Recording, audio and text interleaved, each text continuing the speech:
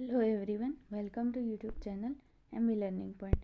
મિત્રો, આજના વિડીયોમાં આપણે જોવાના છીએ 23 નવેમ્બર રિલેટેડ ખૂબ જ મહત્ત્વના અને ઇમ્પોર્ટન્ટ કરંટ અફેર્સના ક્વેશ્ચન. ઓકે, તો મિત્રો સૌથી પહેલાં જે મિત્રો ચેનલ ઉપર નવા હોય, ચેનલને આ રીતે સબસ્ક્રાઈબ કરી બાજુમાં આ રીતે બેલ આઇકન પ્રેસ કરી દેવું, જેથી કરીને તમને આવનારા દરેક ઇમ્પોર્ટન્ટ વિડીયોની માહિતી નોટિફિકેશનના માધ્યમથી સૌથી પહેલાં મળી રહેશે. ઓકે, તો સ્ટાર્ટ કરીશું આપણે આજના રિલેટેડ ખૂબ જ મહત્ત્વના અને ઇમ્પોર્ટન્ટ કરંટ અફેર્સના ક્વેશ્ચન.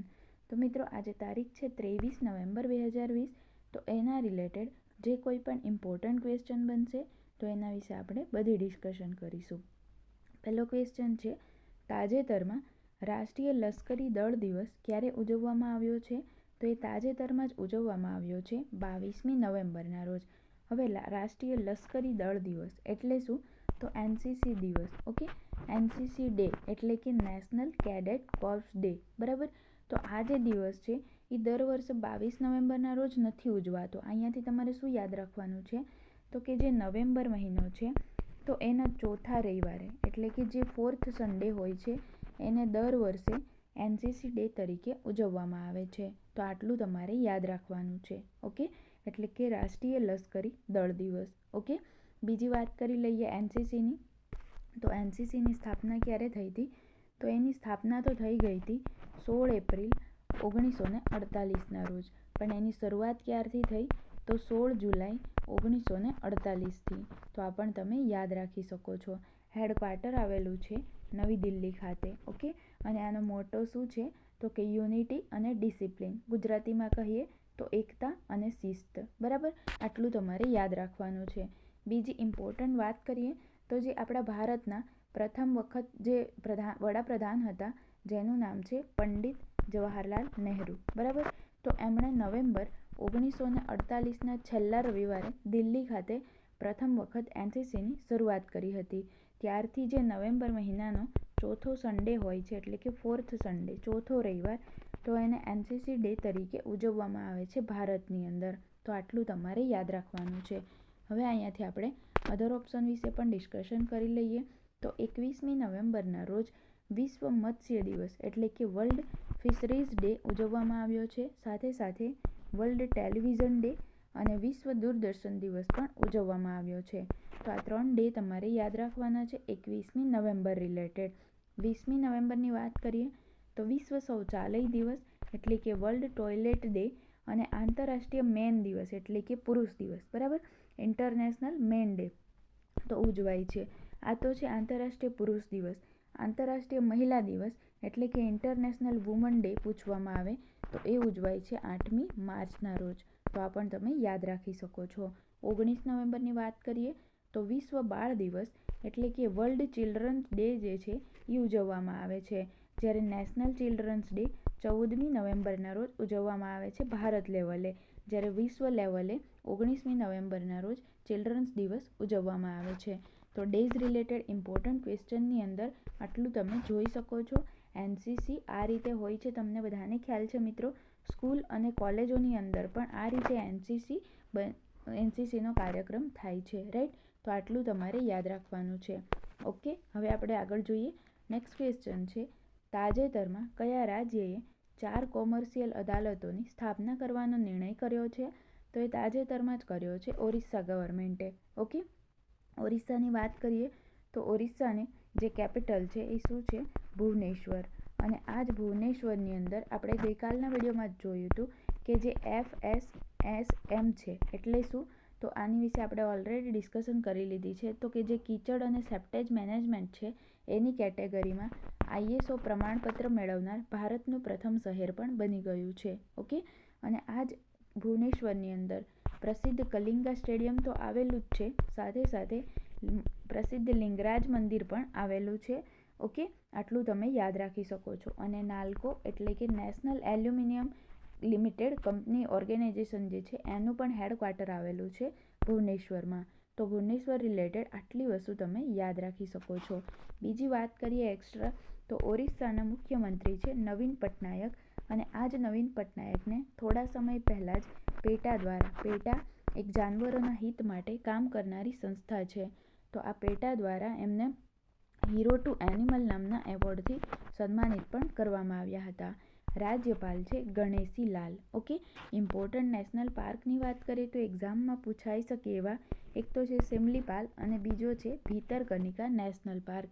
ઓકે, અને બીજી વાત કરીએ તો 2019માં એટલે કે ગયા વર્ષે જે ઓરિસ્સાની હળદરનું નામ છે કંધમાલ હળદી, બરાબર, એટલે કે કંધમાળ હળદર જે છે એને જીઆઈ ટેગ આપવામાં આવ્યો હતો. જીઆઈ એટલે કે જીઓગ્રાફિકલ ઇન્ડિકેશન, બરાબર, એટલે શું કે કોઈ પણ પ્રોડક્ટ જે તે એરિયામાં ફેમસ હોય તો એને જીઆઈ ટેગ આપવામાં આવે છે. જીઆઈ એટલે જીઓગ્રાફિકલ ઇન્ડિકેશન, ગુજરાતીમાં કહીએ તો એને આંતરરાષ્ટ્રીય સ્થળે એક અલગ જ ઓળખ આપી દેવામાં આવે છે, એને જ કહેવાય છે જીઆઈ ટેગ. ઓકે, તો આટલું તમારે યાદ રાખવાનું છે. બીજી વાત કરીએ તો જે અમૃત રેન્કિંગ છે, ઓકે, અમૃત યોજના, તો આની અંદર પણ ટોપ પર રહ્યું છે ઓરિસ્સા. અમૃતની ફૂલ ફોર્મ શું છે? તો એનું ફૂલ ફોર્મ છે Atal mission for rejuvenation urban transformation. Okay, તો આ એનું ફૂલ ફોર્મ છે, આ પણ તમે યાદ રાખી શકો છો. અને એનો અમલ કરવામાં ટોપ પર રહ્યું છે ઓરિસ્સા રાજ્ય. તો આટલું તમે યાદ રાખી શકો છો. ઓકે, નેક્સ્ટ આપણે જોઈએ તાજેતરમાં ફિક્શન માટે 2020 બુકર પુરસ્કાર કોણે જીત્યો છે? તો એ તાજેતરમાં જ જીત્યો છે ડોગલસ સ્ટુઅર્ટે. ઓકે, અહીંયા ભૂલ થઈ ગઈ છે, ડગલસ. ઓકે, શું છે? ડગલસ સ્ટુઅર્ટ જે છે એમણે આ ફિક્શન માટેનો જે બુકર પુરસ્કાર છે એ જીતી લીધો છે. આ કોણ છે? તો સ્કોટ લેખક છે. સ્કોટ લેખક એટલે શું? તમને ખ્યાલ આવી ગયો હશે. આપણે ભારતના હોય તો શું કહીએ? ભારતીય લેખક. તો આ સ્કોટલેન્ડ દેશથી બિલોંગ કરે છે એટલા માટે એને સ્કોટ લેખક તરીકે ઓળખવામાં આવે છે. ઓકે, બીજી વાત કરીએ તો આ એવોર્ડ મેળવનાર, બુકર પુરસ્કાર એવોર્ડ મેળવનાર સ્કોટલેન્ડના બીજા લેખક બની ગયા છે. તો પહેલો કોણે મેળવ્યો હતો? તો પ્રથમ એવોર્ડ મેળવ્યો હતો બુકર પુરસ્કાર જે છે એ જેમ્સ કેલમેને. ક્યારે મેળવ્યો હતો? 1994માં. ત્યારબાદ અત્યારે 2020નો જે બુકર પુરસ્કાર સ્કોટલેન્ડના બીજા લેખકે જીત્યો છે ડગલસ સ્ટુઆર્ટે, બરાબર. તો આ પણ તમે યાદ રાખી શકો છો. શેના માટે જીત્યો છે એમણે ડગલસ સ્ટુઆર્ટે? તો કે એમની જે નવલકથા છે આ તમે જોઈ શકો છો, આ જે સુગી બેન છે, બરાબર, સુગી બેન જે છે આ નવલકથા માટે એમણે આ જે 2020નો બુકર પ્રાઇઝ જે છે એ જીતી લીધું છે આ નવલકથા માટે. તો આ પણ તમે યાદ રાખી શકો છો. હવે આ સ્કોટલેન્ડથી બિલોંગ કરે છે તો તમને સ્કોટલેન્ડ રિલેટેડ એક ફેક્ટ યાદ આવવો જોઈએ કે જે COP26, બરાબર, એટલે કે કોન્ફરન્સ ઓફ પાર્ટીઝ 26 જે છે એનું આયોજન સ્કોટલેન્ડના જે ગ્લાસ્કો શહેર આવેલું છે ત્યાં આગળ આયોજિત થવાનું છે. તો આ પણ તમે યાદ રાખી શકો છો. અધર ઓપ્શન વિશે ડિસ્કશન કરીએ તો આ જે લુઈસ ગ્લુક છે, તમને બધાને ખ્યાલ છે મિત્રો, જે સાહિત્ય માટેનો એટલે કે જે દર વર્ષે નોબેલ પુરસ્કાર આપવામાં આવે છે અલગ અલગ કેટેગરીમાં. તમને બધાને ખ્યાલ છે મિત્રો, તમે મારો નોબેલ પુરસ્કારનો વિડીયો ના જોયો હોય તો જોઈ લેજો, કારણ કે એની અંદર આપણે બધી હિસ્ટ્રી કીધી છે, કેટલી કેટેગરીમાં અપાઈ, કોને આપ્યો તો સૌથી પહેલો, એ બધું આપેલું છે. તો એમાં સૌથી પહેલું જે છે કે નોબેલ પુરસ્કાર 6 ક્ષેત્રમાં આપવામાં આવે છે, બરાબર. એના વિશે તમારે પૂરી ડિટેલ જોતી હોય તો તમે મારો વિડીયો જોઈ શકો છો. નોબેલ નીચે ડિસ્ક્રિપ્શન બોક્સની અંદર તમને ઓલરેડી લિંક આપી દીધી છે, ત્યાંથી તમે જોઈ શકો છો. ઓકે, તો જે સાહિત્ય માટેનો 2020નો નોબેલ પુરસ્કાર છે એ લુઈસ ગ્લુકને આપવામાં આવ્યો હતો. સાહિત્ય ઇંગ્લિશમાં કહીએ તો લિટરેચર. ઓકે, તો આટલું તમારે યાદ રાખવાનું છે. બીજી વાત કરીએ માર્કેજ લુકાસ રિઝનેવલ્ડ. તો આ કોણ છે? તો આંતરરાષ્ટ્રીય બુકર પુરસ્કાર મેળવનાર સૌથી નાની ઉંમરના લેખિકા બની ગયા છે. કેટલી ઉંમરના?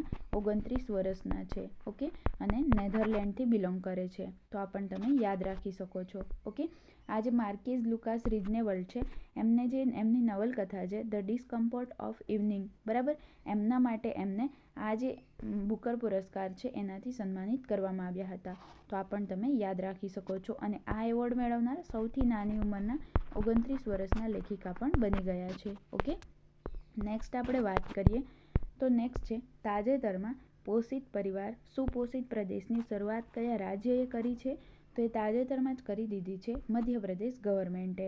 હવે આ અભિયાન અંતર્ગત શું થશે? તો કે આ અભિયાન અંતર્ગત અતિ ગંભીર કુપોષિત બાળકોના પરિવારોને પ્રોત્સાહન રૂપિયા આપવામાં આવશે. એટલે કે જે કુપોષિત બાળકો છે તો એમના પરિવારોને પ્રોત્સાહન રૂપે ધનરાશિ આપવામાં આવશે. ઓકે, કુપોષિત એટલે કેવા? તો એ પણ હું તમને કહી દઉં. કુપોષિત એટલે કે શરીરમાં જ્યારે પર્યાપ્ત તત્વો નથી મળી શકતા શરીરને, ત્યારે તે વ્યક્તિ કુપોષણનો શિકાર બને છે. ઓકે, તો ત્યારે જ આને કુપોષણનો શિકાર બની શકે છે. તો આટલું તમે યાદ રાખી શકો છો. મધ્યપ્રદેશની વાત કરીએ તો કેપિટલ છે ભોપાલ. મુખ્યમંત્રી છે જે ચોથી વખત બની ગયા છે શિવરાજસિંહ ચૌહાણ. રાજ્યપાલ છે આનંદીબેન પટેલ, જે ઉત્તર પ્રદેશના રાજ્યપાલ છે પરંતુ મધ્યપ્રદેશનો વધારાનો ચાર્જ સંભાળી રહ્યા છે. બીજી વાત કરીએ તો મધ્યપ્રદેશ જે છે એ તમે જોયું હશે ભારતના નકશાની મધ્યમાં હોવાથી હૃદય પ્રદેશ પણ કહેવામાં આવે છે. મધ્યપ્રદેશને સોયા સ્ટેટ તરીકે પણ ઓળખવામાં આવે છે. શું કામ? તો કે સોયાબીનનું સૌથી વધુ ઉત્પાદન મધ્યપ્રદેશમાં થતું હોવાથી મધ્યપ્રદેશને સોયા સ્ટેટ તરીકે પણ ઓળખવામાં આવે છે. ઓકે, અને સૌથી વધુ નેશનલ પાર્ક પણ મધ્યપ્રદેશમાં આવેલા છે. ઓકે, બીજી વાત કરીએ તો મધ્યપ્રદેશનું એક ઇન્દોર શહેર છે. તમને ખ્યાલ હોય તો આ ઇન્દોર શહેર સતત ચોથી વખત ભારતનું સૌથી સ્વચ્છ શહેર બન્યું છે. ઓકે, તો આ પણ તમે યાદ રાખી શકો છો. અને આ જ ઇન્દોરથી થોડા સમય પહેલાં જ સ્વચ્છતા અભિયાનની શરૂઆત કરવામાં આવી છે, જેનું નામ છે PPL એટલે કે plastic premier league tournament. Okay, તો આ પણ તમે યાદ રાખી શકો છો. અને પ્રધાનમંત્રી નરેન્દ્ર મોદીજી દ્વારા થોડા સમય પહેલાં જ આજે મધ્યપ્રદેશ છે એનો જે રીવા જિલ્લો છે તો ત્યાં આગળથી સોલાર પ્લાન્ટનું ઉદ્ઘાટન પણ કરી દેવામાં આવ્યું છે. બીજી વાત કરીએ તો 100% એટલે કે 100% સૌર ઉર્જાથી સંચાલિત હોય એવું ભારતનું પ્રથમ ગામ જેનું નામ છે બાચા ગામ. ઓકે, તો આ જે બાચા ગામ છે એ મધ્યપ્રદેશના બેતુલ જિલ્લામાં આવેલું છે અને 100% સૌર ઉર્જાથી સંચાલિત હોય એવું ભારતનું પ્રથમ ગામ પણ છે. ઇમ્પોર્ટન્ટ નેશનલ પાર્કની વાત કરીએ તો ઇમ્પોર્ટન્ટ અભિયાનની વાત કરીએ મધ્યપ્રદેશ રિલેટેડ તો એ તો છે કિલ કોરોના અભિયાન, બીજું છે રોકો ટોકો અભિયાન અને એક છે એક માસ્ક અને એક જિંદગી. ઓકે, તો આ પણ તમે યાદ રાખી શકો છો મધ્યપ્રદેશ રિલેટેડ ઇમ્પોર્ટન્ટ ક્વેશ્ચનની અંદર. ઓકે, તો મધ્યપ્રદેશ રિલેટેડ આટલી વસ્તુ તમારે યાદ રાખવાની છે. નેક્સ્ટ આપણે વાત કરીએ તો નેક્સ્ટ છે તાજેતરમાં વિશ્વ બેંકે કયા રાજ્યમાં કનેક્ટિવિટી સુધાર માટે $120 મિલિયન પરિયોજના પર હસ્તાક્ષર કર્યા છે? તો એ તાજેતરમાં જ કરી દીધા છે મેઘાલય રાજ્યમાં કનેક્ટિવિટી સુધાર માટે. ઓકે, તો વર્લ્ડ બેંક જે છે એમણે $120 મિલિયન જેટલા પ્રોજેક્ટ પર હસ્તાક્ષર કર્યા છે મેઘાલય રાજ્યની કનેક્ટિવિટીના સુધાર માટે. તો મેઘાલયની કેપિટલ શું છે? તો એ છે શિલોંગ. શું છે? શિલોંગ. ઓકે, અને આ જ શિલોંગમાં થોડા સમય પહેલાં જ ચેરી બ્લોસમ નામના તહેવારનું આયોજન કરવામાં આવ્યું હતું. ચેરી બ્લોસમ જેને ફૂલોનો તહેવાર પણ કહેવામાં આવે છે. તો આ પણ તમે યાદ રાખી શકો છો. મેઘાલયનું એક શહેર છે ઉમરોઈ શહેર. બરાબર, તો આ જ ઉમરોઈમાં થોડા સમય પહેલાં જ જે ભારત અને ચીન વચ્ચેની એક્સરસાઇઝ છે હેન્ડ ઇન હેન્ડ એક્સરસાઇઝ, તો એનું આયોજન પણ મેઘાલયના ઉમરોઈ ખાતે કરવામાં આવ્યું હતું. તો આટલું તમે યાદ રાખી શકો છો. બીજી વાત કરીએ મેઘાલયના મુખ્યમંત્રી જેનું નામ છે કોનરાડ સાંગમા. રાજ્યપાલ છે સત્યપાલ મલિક, જે પહેલાં ગોવા રાજ્યના રાજ્યપાલ હતા પરંતુ એમની નિયુક્તિ મેઘાલયના રાજ્યપાલ તરીકે કરી દેવામાં આવી છે. તો ગોવા રાજ્યનો જે વધારાનો ચાર્જ છે રાજ્યપાલનો એ સંભાળી રહ્યા છે મહારાષ્ટ્રના રાજ્યપાલ ભગતસિંહ કોશિયારી. તો આ પણ તમે યાદ રાખી શકો છો. બીજી વાત કરીએ તો જળ નીતિ લાગુ કરનારું ભારતનું પ્રથમ રાજ્ય છે મેઘાલય. ઓકે, હવે આપણે વર્લ્ડ બેંક વિશે વાત કરી લઈએ. વિશ્વ બેંક વિશે સ્થાપના ક્યારે થઈ હતી? 1994માં, પરંતુ એનું સંચાલન કરવામાં આવ્યું 1995થી. ઓકે, તો આ પણ તમે યાદ રાખી શકો છો. હેડક્વાર્ટર સ્થિત છે વોશિંગ્ટન ડીસીની અંદર. અધ્યક્ષ કોણ છે? તો અધ્યક્ષ છે ડેવિડ માલપાસ. ઓકે, તો આ પણ તમે યાદ રાખી શકો છો. અને આ ડેવિડ માલપાસ અમેરિકાના છે. એક ઇમ્પોર્ટન્ટ વાત કરીએ વર્લ્ડ બેંકની તો વર્લ્ડ બેંકના જે અંશુલા કાંત છે એ પોતે ભારતીય મૂળના છે અને એમની નિયુક્તિ વર્લ્ડ બેંકના CFO તરીકે કરવામાં આવી છે, જે ભારતીય મૂળના છે અંશુલા કાંત. ઓકે, CFO એટલે કે ચીફ ફાઇનાન્શિયલ ઓફિસર તરીકે. બીજી વાત કરીએ તો વર્લ્ડ બેંકના તાજેતરમાં જ નવા મુખ્ય અર્થશાસ્ત્રી બનાવવામાં આવ્યા છે જેનું નામ છે કાર્મેન રેનહાર્ટ. તો આ પણ તમે યાદ રાખી શકો છો. ઓકે, તો હવે આપણે આગળ વધીએ. નેક્સ્ટ ક્વેશ્ચન છે તાજેતરમાં સૌથી વધુ રોજગાર આપનાર ઇન્સ્ટિટ્યૂટ કઈ બની છે? તો એ તાજેતરમાં જ બની ગઈ છે IIT દિલ્હી. ઓકે, તો IIT દિલ્હી જે છે એ તાજેતરમાં જ જે ગ્લોબલ એમ્પ્લોયેબિલિટી રેન્કિંગ અને સર્વે જે છે એના અનુસાર યાદ રાખજો ગ્લોબલ એમ્પ્લોયેબિલિટી રેન્કિંગ અને સર્વે અનુસાર સૌથી વધુ રોજગાર આપનાર ઇન્સ્ટિટ્યૂટ બની ગઈ છે IIT દિલ્હી. ઓકે, એની સ્થાપના ક્યારે થઈ હતી? 1961માં. પ્રેઝન્ટ ટાઈમના ડાયરેક્ટર કોણ છે? તો એ છે વી રામગોપાલ રાવ. તો આ પણ તમે યાદ રાખી શકો છો. અને IIT દિલ્હી દ્વારા થોડા સમય પહેલાં જ જે વિશ્વની સૌથી સસ્તી ડાયગ્નોસ્ટિક કિટ છે જેનું નામ છે કોરોસ્યોર, તો એ ડેવલપ કરી છે IIT દિલ્હીએ. ઓકે, હવે અહીંયાથી આપણે અધર ઓપ્શન વિશે પણ ડિસ્કશન કરીએ. તો IIT રૂરકી જે છે એણે થોડા સમય પહેલાં જ પોર્ટેબલ વેન્ટિલેટર જેનું નામ છે પ્રાણવાયુ, ઓકે, તો એને ડેવલપ કર્યું છે. IIT ખડગપુર તો જે બ્લડ ટેસ્ટ ડિવાઇસ છે, ઓકે, બ્લડ ટેસ્ટ ડિવાઇસ એને ડેવલપ કરી હતી ગયા વર્ષે એટલે કે 2019માં. બોમ્બે વિશે વાત કરીએ તો IIT બોમ્બેએ જે ક્વોરન્ટાઇન મોબાઈલ એપ્લિકેશન છે એને લોન્ચ કરી છે. અને બીજી વાત કરીએ તો જે ઇન્ડિયન રિસીવર ચિપ છે જેનું નામ છે ધ્રુવ, ઓકે, ઇન્ડિયન રિસીવર ચિપ જેનું નામ ધ્રુવ છે તો એને પણ ડેવલપ કરી છે IIT બોમ્બેએ. તો આટલી વસ્તુ તમે યાદ રાખી શકો છો આ ક્વેશ્ચનની અંદરથી. નેક્સ્ટ આપણે વાત કરીએ તાજેતરમાં કયા દેશે પેટ્રોલ ડીઝલ કાર જે છે એના વેચાણ પર પ્રતિબંધ મૂક્યો છે? એટલે શું?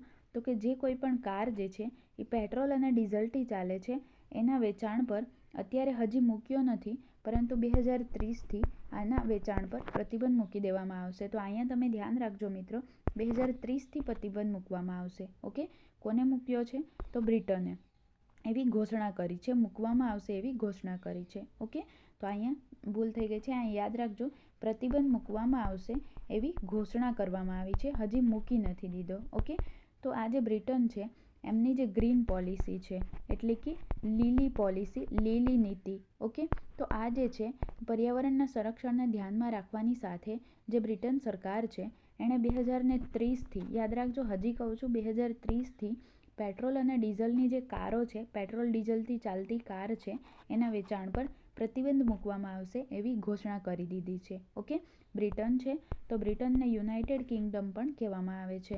હવે બ્રિટન વિશે આપણે જાણી લઈએ. અહીંયા યાદ રાખજો ઘોષણા કરી છે, હજી મૂકી નથી. ક્યારથી મૂકાશે? 2030થી. ઓકે, તો બ્રિટન જે છે એ યુરોપ ખંડમાં આવેલું છે. ઓકે, અને આ જ યુરોપ ખંડને દ્વીપીય ખંડ તરીકે પણ ઓળખવામાં આવે છે. શું કામ દ્વીપીય ખંડ કહેવાય છે? તો ત્રણેય તરફથી એટલે કે ત્રણેય બાજુથી પાણી વડે ઘેરાયેલ છે યુરોપ ખંડ, એટલા માટે એને દ્વીપીય ખંડ પણ કહેવામાં આવે છે. કયા કયા ત્રણ જે ખંડ છે એનાથી ઘેરાયેલો છે પાણી વડે? તો કે એક તો છે આર્કટિક મહાસાગર, બીજો છે ભૂમધ્ય મહાસાગર અને થર્ડ છે એટલાન્ટિક મહાસાગર. તો આ ત્રણેય મહાસાગરથી પાણી વડે ઘેરાયેલો હોવાથી યુરોપ ખંડને દ્વીપીય ખંડ પણ કહેવામાં આવે છે. ઓકે, તો બીજી વાત કરીએ બ્રિટનની કરન્સી શું છે?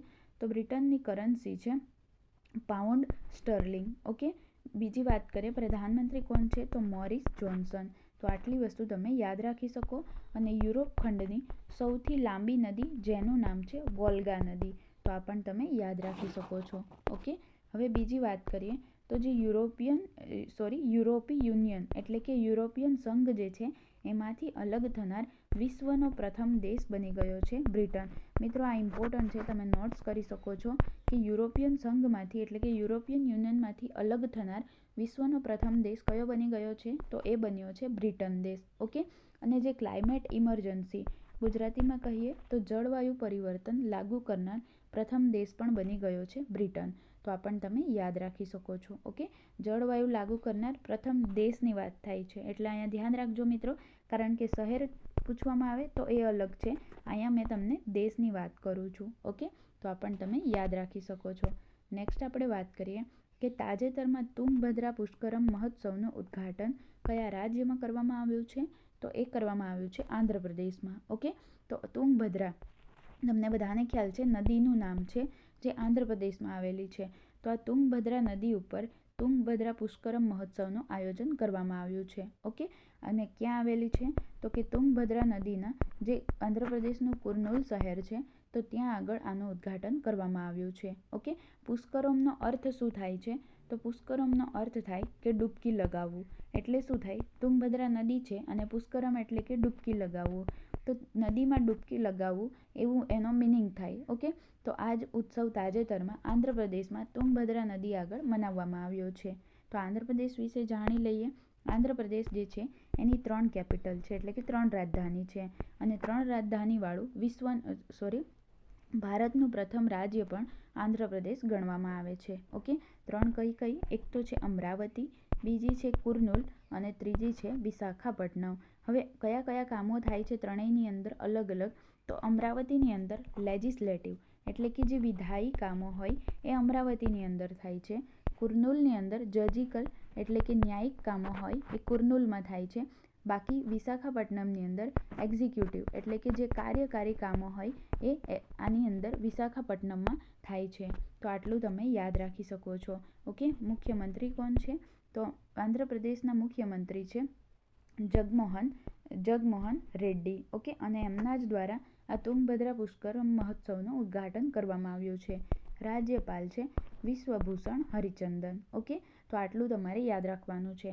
આંધ્રપ્રદેશ રિલેટેડ ઇમ્પોર્ટન્ટ ફેક્ટની વાત કરીએ તો ફળોના ઉત્પાદનમાં ટોપ પર રહ્યું છે આંધ્રપ્રદેશ, જ્યારે શાકભાજીના ઉત્પાદનમાં ટોપ પર છે વેસ્ટ બેંગોલ એટલે કે પશ્ચિમ બંગાળ. ઇમ્પોર્ટન્ટ નેશનલ પાર્કની વાત કરીએ તો 2 ઇમ્પોર્ટન્ટ છે મિત્રો, ખૂબ જ ઇમ્પોર્ટન્ટ છે. એક તો છે પાપીકોંડા નેશનલ પાર્ક અને બીજું છે શ્રી વેંકટેશ્વર નેશનલ પાર્ક, જે આંધ્રપ્રદેશમાં આવેલું છે. ઓકે, હવે આપણે જોઈએ નેક્સ્ટ ક્વેશ્ચન. તાજેતરમાં એલપીજી કનેક્શન માટે દેશનું સૌથી મોટું પ્લેટફોર્મ કયું બન્યું છે? તો એ તાજેતરમાં જ બન્યું છે પેટીએમ. ઓકે, તો પેટીએમ જે છે એ એલપીજી કનેક્શન એટલે કે અત્યાર સુધીમાં ઘણા બધા લોકોએ પેટીએમ થ્રુ એટલે કે પેટીએમની મદદથી દેશમાં સૌથી વધુ લોકોએ પેટીએમ થ્રુ એલપીજી કનેક્શન જે છે એલપીજી બુકિંગ કરાવ્યા છે. ઓકે, તો એની અંદર ટોપ પર છે પેટીએમ. ઓકે, એલપીજી એટલે કે લિક્વિફાઈડ પેટ્રોલિયમ ગેસ, જે હાઇડ્રોજન અને કાર્બનનું મિશ્રણ છે, જેનો ઉપયોગ શું કામ થાય? તો હીટિંગ ઉપકરણો, પછી રસોઈના સાધનોમાં તેમજ વાહનોમાં બળતણ તરીકે એલપીજીનો ઉપયોગ કરવામાં આવે છે. ઓકે, પેટીએમની વાત કરી લઈએ. સ્થાપના થઈ હતી 2010માં. હેડક્વાર્ટર આવેલું છે નોઈડામાં, અને નોઈડા છે યુપીની અંદર એટલે કે ઉત્તર પ્રદેશમાં. તમને ખ્યાલ હોય તો આ જ નોઈડામાં 2018માં વિશ્વનું સૌથી મોટું સેમસંગ કંપનીનું જે કારખાનું છે એ સ્થાપિત કરવામાં આવેલ છે. તો આ પણ તમે યાદ રાખી શકો છો. પેટીએમના પ્રેઝન્ટ ટાઈમના સીઈઓ કોણ છે? તો એ છે વિજય શેખર શર્મા. તો આટલું તમારે યાદ રાખવાનું છે આ ક્વેશ્ચનની અંદર. આજનો આપણો લાસ્ટ અને નેક્સ્ટ ક્વેશ્ચન છે. તાજેતરમાં બ્રિટિશ ફેશન કાઉન્સિલમાં પોઝિટિવ બદલાવ માટે બ્રાન્ડ એમ્બેસેડર કોણ બન્યું છે? તો એ તાજેતરમાં જ બની ગયા છે પ્રિયંકા ચોપડા. તમે આ જોઈ શકો છો મિત્રો, આ છે પ્રિયંકા ચોપડા, જે એક બોલિવૂડ એક્ટ્રેસ છે. ઓકે, એમને તાજેતરમાં જ જે બ્રિટન ફેશન કાઉન્સિલ છે એના બ્રાન્ડ એમ્બેસેડર બનાવવામાં આવ્યા છે. બીજી વાત કરીએ તો થોડા સમય પહેલાં જ જે પાર્લે એગ્રો છે, ઓકે, તો પાર્લે એગ્રોએ ફીઝ માટે, તમે ફીઝ પીધી પણ હશે મિત્રો, જે ડ્રિંક છે એક પ્રકારનું, તો એના બ્રાન્ડ એમ્બેસેડર પણ પ્રિયંકા ચોપડાને બનાવવામાં આવ્યા હતા. તો આ પણ તમે યાદ રાખી શકો છો. અહીંયાથી અધર ઓપ્શન વિશે ડિસ્કશન કરી જ લઈએ તો કિયારા અડવાણી જે છે એ મિન્ટ્રા કંપની જે છે એ એક પ્રકારની ઈ કોમર્સ કંપની છે, એટલે કે આની ઉપરથી તમે ઓનલાઈન શોપિંગ પણ કરી શકો. તો આના બ્રાન્ડ એમ્બેસેડર બન્યા છે કિયારા અડવાણી. જ્યારે તમને મિન્ટ્રાના બ્યુટી બ્રાન્ડ એમ્બેસેડર પૂછવામાં આવે તો એ છે દિશા પાટાણી. ઓકે, પરંતુ જો મિન્ટ્રાના ડિજિટલ બ્રાન્ડ એમ્બેસેડર પૂછવામાં આવે એટલે કે ડિજિટલ મિન્ટ્રાના બ્રાન્ડ એમ્બેસેડર તો એ છે ભુવમ બામ. તો આ ત્રણેયમાં કન્ફ્યુઝન થવાની જરૂર નથી. કિયારા અડવાણી ફક્ત મિન્ટ્રા બ્યુટી બ્રાન્ડ એમ્બેસેડર, તો દિશા પાટાણી જે બોલિવૂડ એક્ટ્રેસ છે, અને ડિજિટલ મિન્ટ્રા તો ભુવમ બામ. આટલું તમારે યાદ રાખવાનું છે. આમિર ખાન જે છે એને સિએટ શું છે? તો એક ટાયરની બ્રાન્ડ છે, એના બ્રાન્ડ એમ્બેસેડરની સાથે સાથે જે વેદાંતુ છે ઓનલાઈન ઈ પ્લેટફોર્મ છે, ઈ લર્નિંગ પ્લેટફોર્મ, એના બ્રાન્ડ એમ્બેસેડર પણ આમિર ખાનને બનાવવામાં આવ્યા છે. સોનુ સૂદની વાત કરીએ તો જે એસર ઇન્ડિયા છે, એસર ઇન્ડિયા જે એક પીસીની બ્રાન્ડ છે, તો એના બ્રાન્ડ એમ્બેસેડર સોનુ સૂદને બનાવવામાં આવ્યા છે. ઓકે, તો આટલું તમે યાદ રાખી શકો છો આ ક્વેશ્ચનની અંદર. આપણો આન્સર શું છે? પ્રિયંકા ચોપડા. ઓકે, તો આજના આપણા ખૂબ જ મહત્ત્વના અને ઇમ્પોર્ટન્ટ ક્વેશ્ચન અહીંયા કમ્પ્લીટ થાય છે. જો વિડીયો ગમ્યો હોય તો વિડીયોને એક લાઇક જરૂર કરજો મિત્રો, અને ચેનલને તમારા સ્ટડી રિલેટેડ ગ્રુપમાં શેર પણ જરૂર કરજો. એક શેર તો તમે કરી જ શકો છો. અને મિત્રો, ચેનલને સબસ્ક્રાઈબ કરવાનું ભૂલશો નહીં. ચેનલને જરૂરથી સબસ્ક્રાઈબ કરી બાજુમાં બેલ આઇકન પ્રેસ કરી દેવું, જેથી કરીને તમને આવનારા દરેક ઇમ્પોર્ટન્ટ વિડીયોની માહિતી નોટિફિકેશનના માધ્યમથી સૌથી પહેલાં મળી રહેશે. Okay, thank you.